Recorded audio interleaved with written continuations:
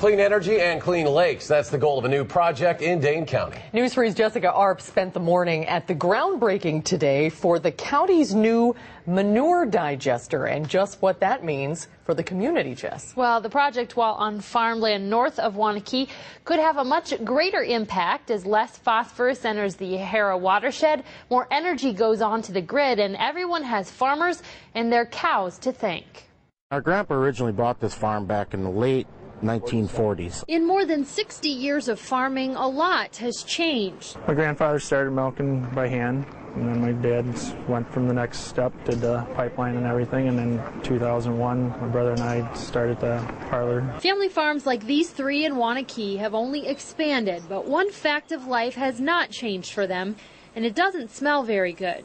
We have 3 manure pits, or lagoons you could call them, where we store the manure. So the Rip, Endress, and Meyer families are now joining forces with Dane County and the state's help to create the state's first community manure digester. It doesn't get any better than this.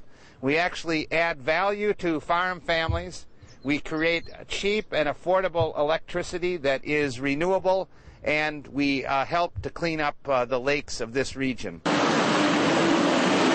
The digester will take manure straight from under hoof, pump it to a site between the 3 farms, turn the methane gas into power for 2,500 area homes, and take much of the phosphorus out of the product that the farmers can then put on their fields for fertilizer without hurting the lakes. So again, we get these tremendous water quality impacts from our cow power digester. It has the families excited about the future. Just like we try to produce the highest quality milk we can to make the best cheeses for Wisconsin, in general, the best milk, best butter, whatever our milk goes into. We're going to get better at producing gases. A whole new production their grandfathers never would have dreamed of. Think about this. Do you think somebody said 50 years ago we could make energy out of what's coming out of the back end of a cow? Nowadays you can capture that gas, turn it into electricity.